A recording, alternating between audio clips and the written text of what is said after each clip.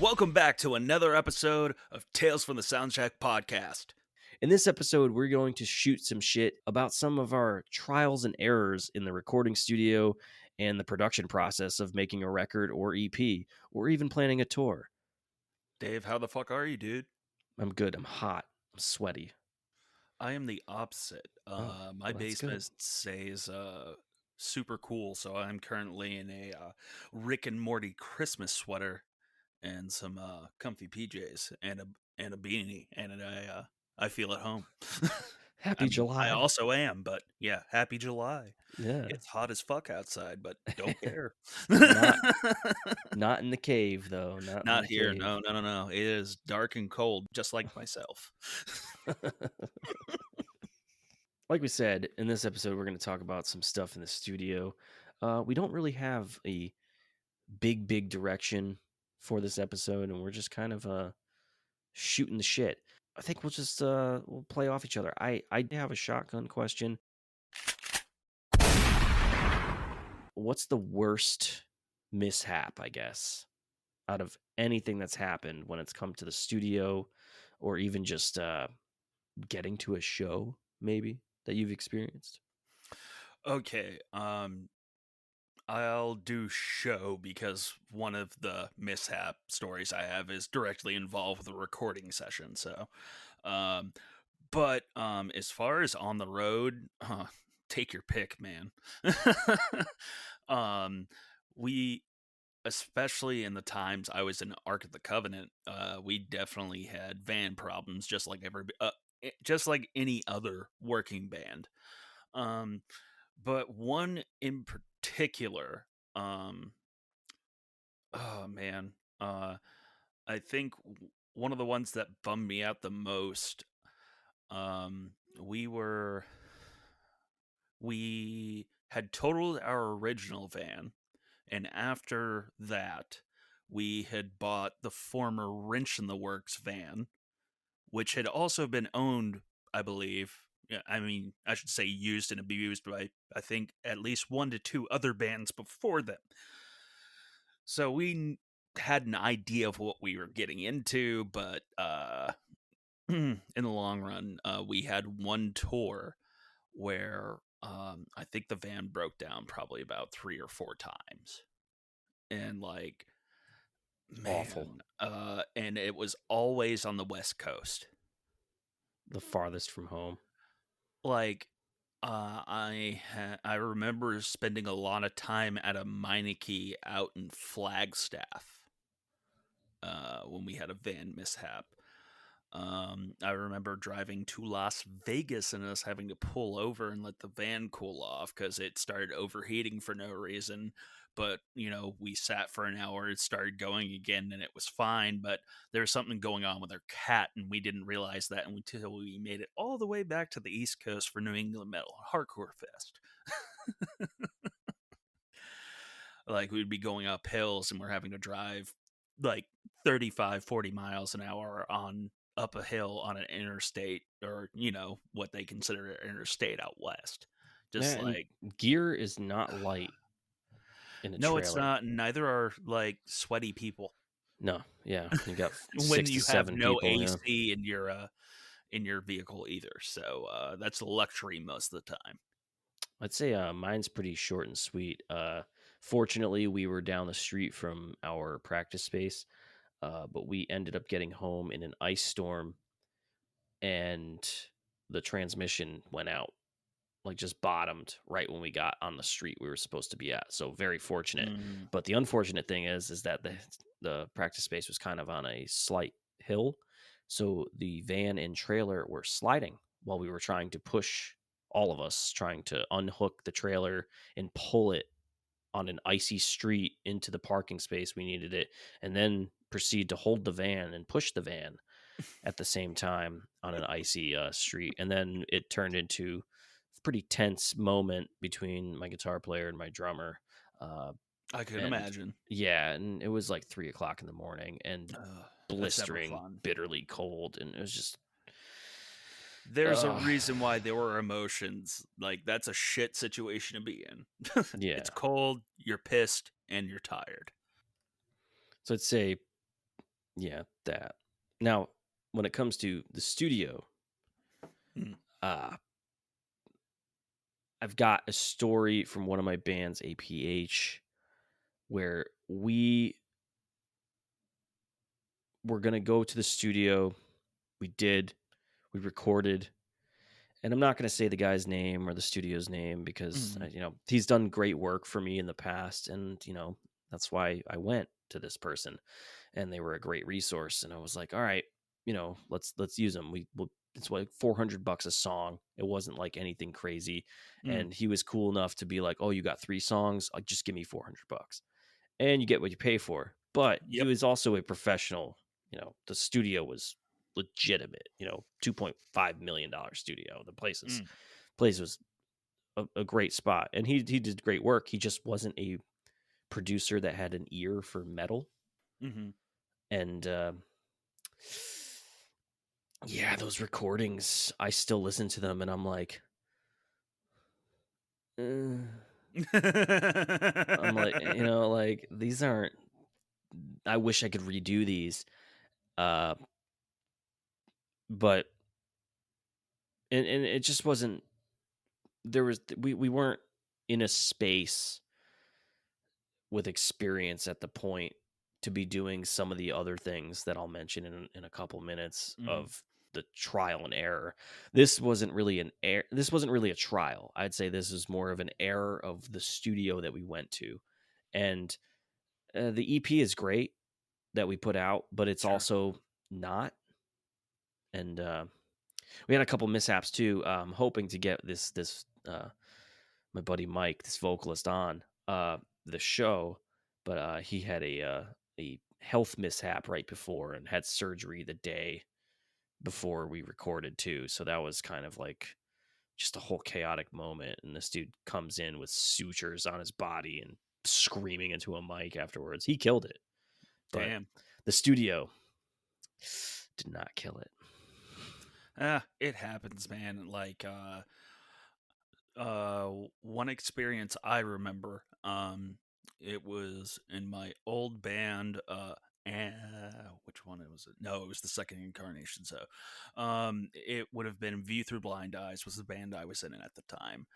And, again, not mentioning names or anything, but we went to this, home studio in Guilford, and this dude was nice enough. He had a pretty cool setup and everything in his basement, and we were all DIY guys. We were always like that, but we wanted to give it a shot. And um I can't remember exactly how much we paid this dude, because it was just this one session, because we were just trying to demo a new song. And like, we laid everything down, but once like everything was said and done, like, he sent us the first mix, and I kind of off the same thing you were saying with your story. This dude mainly dealt with folk music, but he also like did that very well. Um, but like he was like an older gentleman, but like he'd been doing it for a long time, and like we got connected in one way or another. But then we sent our notes back, and then we didn't really get a reply. And we had paid him and everything.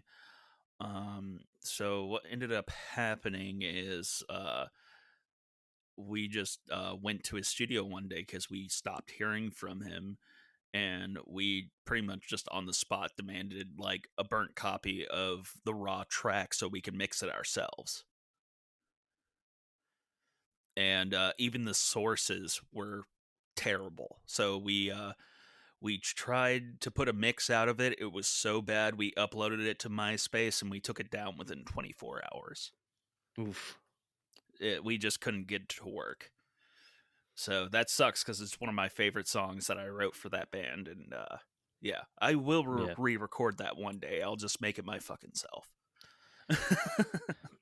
Like I said with that previous studio, I've used that studio for multiple projects, and I've had a couple really good outcomes. Now, Yeah. I don't know if it's because the music was slightly different. It might have been not as it shouldn't have been an issue.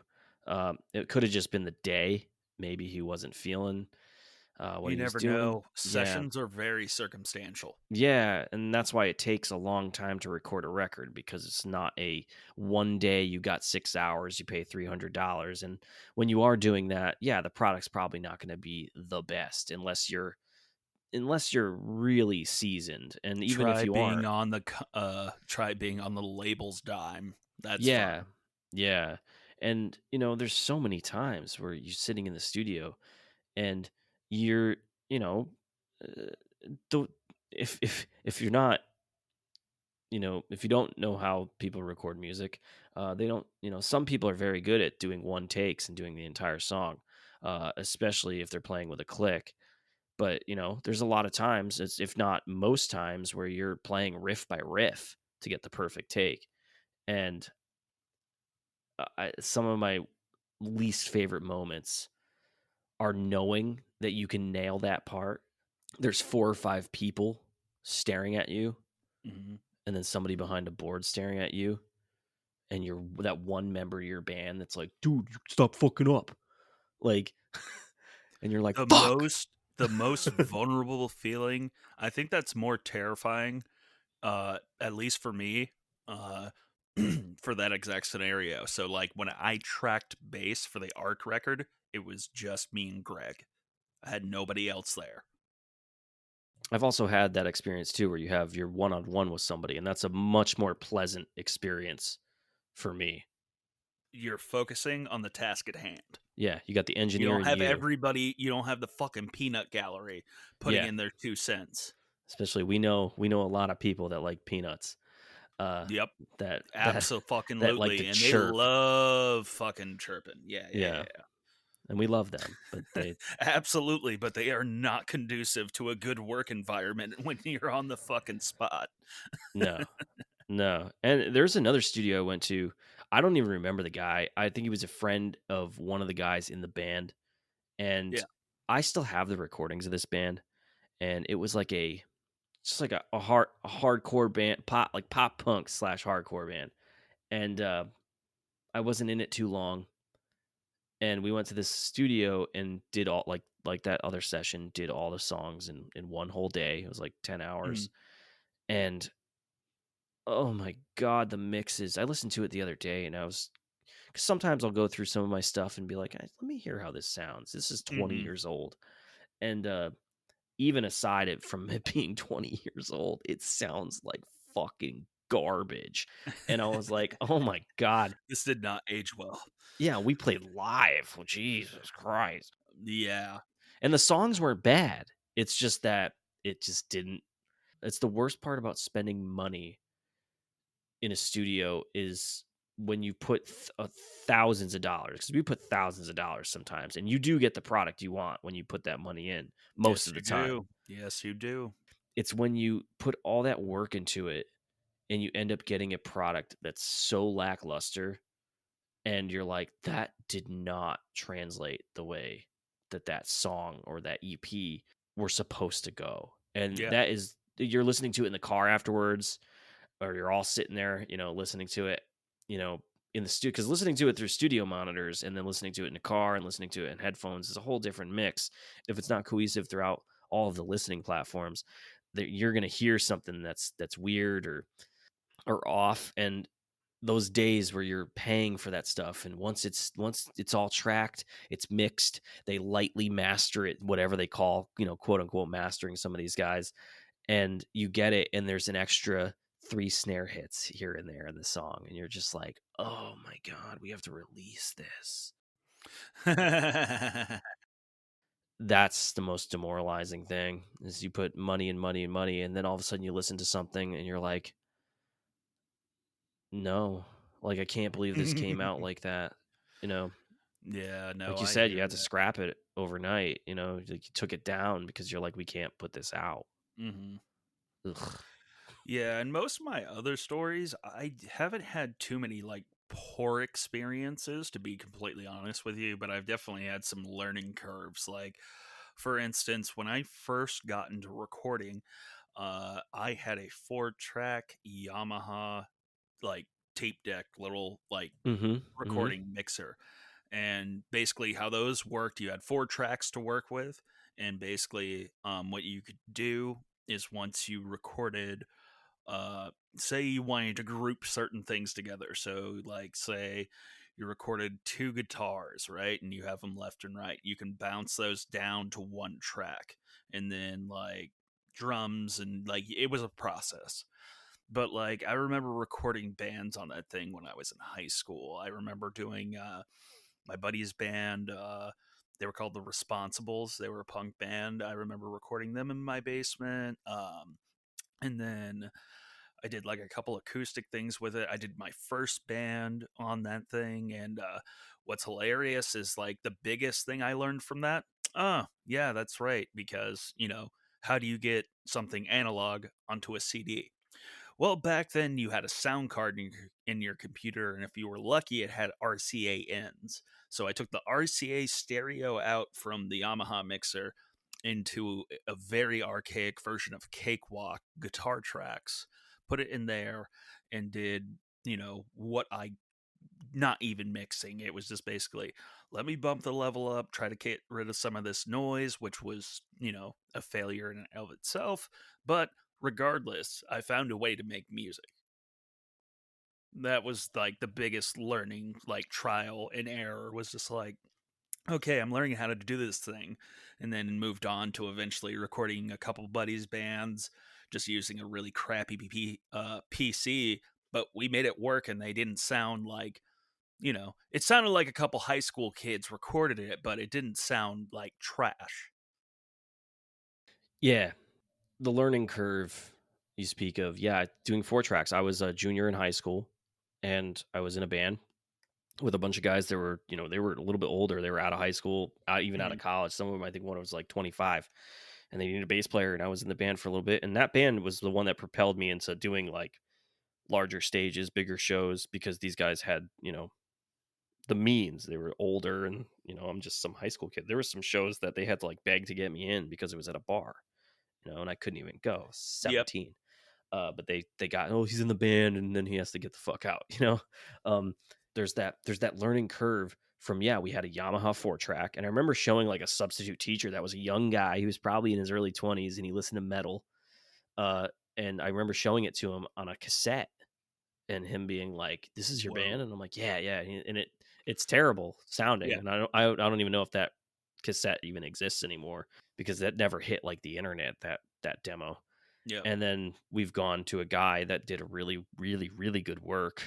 Was a little over bassy, in my opinion, but Yeah. um, It depends on the person's setup sometimes. It yeah, it, it, it is what it is. yeah, but it was good stuff. And then it going from the 4 track to doing, using like a Behringer mixer with a couple other extra other tracks, like a 6, an 8 Yeah. track or something like that. And then having a little bit more freedom because you're doing it in a bedroom with your drummer who's savvy at recording, or he has a friend. Mhm. And then on top, and then you all of a sudden you move into an actual studio, and you're like, whoa, like, this is big. Now we're actually doing full tracking. I'm doing individual tracking. Yep. And then the biggest eye opener for me for the production level is, I'm sure not all bands do this, uh, but we worked with Enoch Jensen Mhm. in Forsaken when we were in Forsaken. And he's done like the Acacia Strain. He's done a lot of the bands out of New England area. On top of it, I'm pretty sure he did like I think he mixed and mastered like Guitar Heroes and stuff like that. It was Oh, pretty, wow. yeah, pretty interesting stuff. We drove up to Mass, did this stuff with him, and he was like, "Listen, we did the normal tracking. Everybody did their stuff. Eddie did his guitars. John did his guitars. We already had the drums tracked, and then he taught us reamping. That was a Mhm. big thing that he put us onto. And then the other thing that he put us onto, which a few members didn't feel good about it, which there were 2 members that were excluded from it after we had done the strings, where he was like, I recommend your tightest string player play all the strings, and we're just for the recording. And we had one of our guitar players, he was doing the bass, but I had to actually teach him the song on bass. And he showed us the difference between us doing it together, even with a click track, Yep.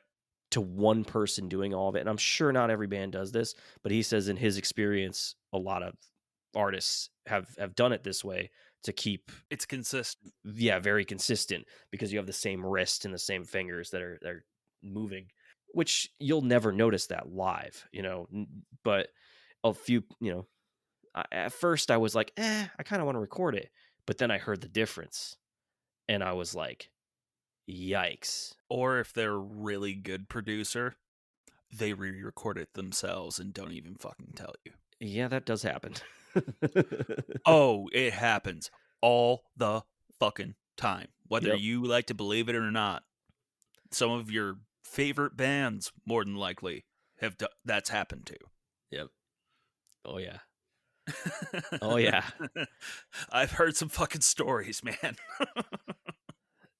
Yeah, but that's realistically for trials and errors, and like the different trials and errors of like small things. Like, Yeah. how do we make gang vocals sound good? Because I don't think they've ever sounded good anywhere, no matter what band. It just sounds like a bunch of guys in a room with a ton of reverb.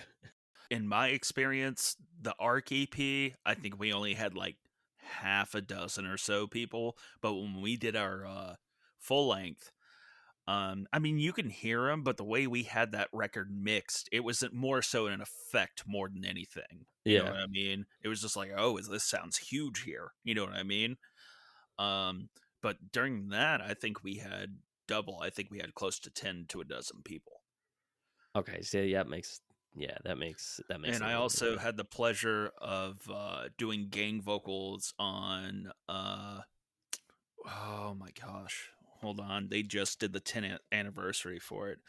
It was Misery Signals record Mm. that was being made around the same time Arc was tracking our record.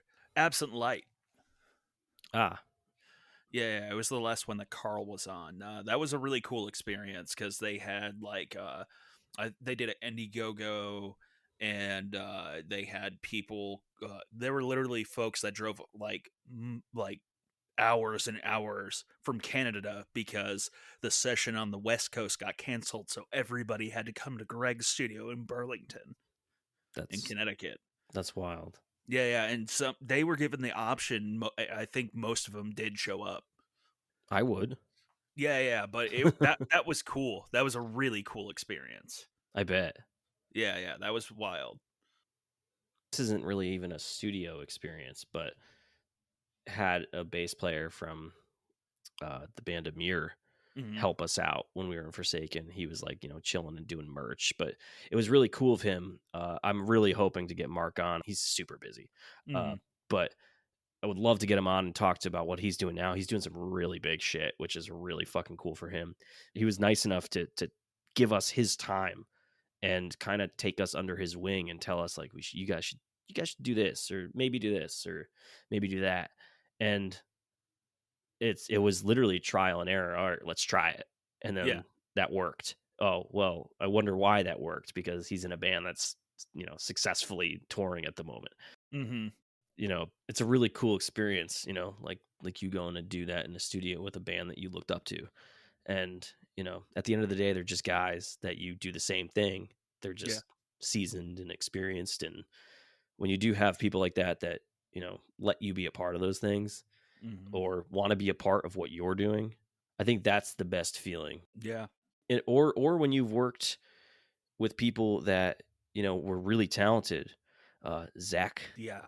Working with Zach, Yeah. And even now back he's the then when he was just working out of his basement, yeah. dude, what he was doing made no sense. We just demoed two songs, and of course, one song we recorded two songs with Zach. Both of them ended up on our full length, but uh, we just demoed with him. But the demo version of Fakes on YouTube to this day still has over like 120,000 plays on it, and that song that helped us so much. It's a really cool experience to work with cool people like that. Yeah. I remember when we Arc recorded our first not our demo. We did that with our friend Tyler. from All Ships at Sea. He did that in his Okay. home studio. But when we did our first EP, um, we were working with Greg. Now, Silver Bullet at the time wasn't a public studio. He had been basically running it, recording friends, bands, and people that trusted him, right? And like that he trusted to work with. And we had that, like, we had an opportunity to do that. And that was a big deal for us. That was when Chris Teddy was just a intern there. Wow. Yeah, yeah, yeah. So, like, this was a Love to long talk to time Chris. ago. Yeah, Chris yeah. was actually in the band I was telling you about, the pop punk hardcore Y- band I was in. Yeah, that's Uh, awesome. Chris is yeah, a and great fucking dude. He's yeah, we love to. super funny. He's we sat at the same table at prom. It's kind of That's funny. great. Yeah, we could definitely talk more and more about this stuff, but we figured we'll just be honest. We didn't have an episode for this week, and this is it. So we were just gonna throw it out there for you guys, and I will Shit say, happens, life yeah, happens, but we're trying to be consistent for you fuckers. yeah, absolutely. What we can do is say our next episode, which will be August 4th. We have the bass player from Burying Point, Josh Boucher, and we talk bass. And you're not going to want to miss that one. That's a good one, especially if you were a bass player. You will really enjoy his nerdy bass sensual talk. I know I He's did. Yeah, I had a great time with that one. And just be on the lookout for some other names for bands that you guys might know or might not know. And the sky's the limit with us, and we're gonna reach for it. We're so happy that we have some consistent viewership. We Yep, started this thing not really expecting a whole lot, so I just want to say a personal thank you for everybody who's listening. It means a lot. it does. It means a fucking lot.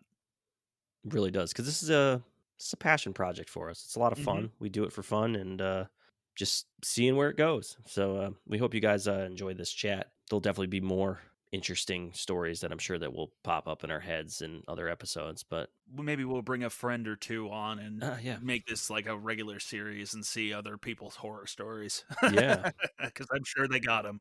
it's a great idea. But like Dan said, we want it to stay consistent. So this is for you. We love you guys. Thank you guys so much for listening to the show and supporting us in its young life. Love you guys. Thank you so much.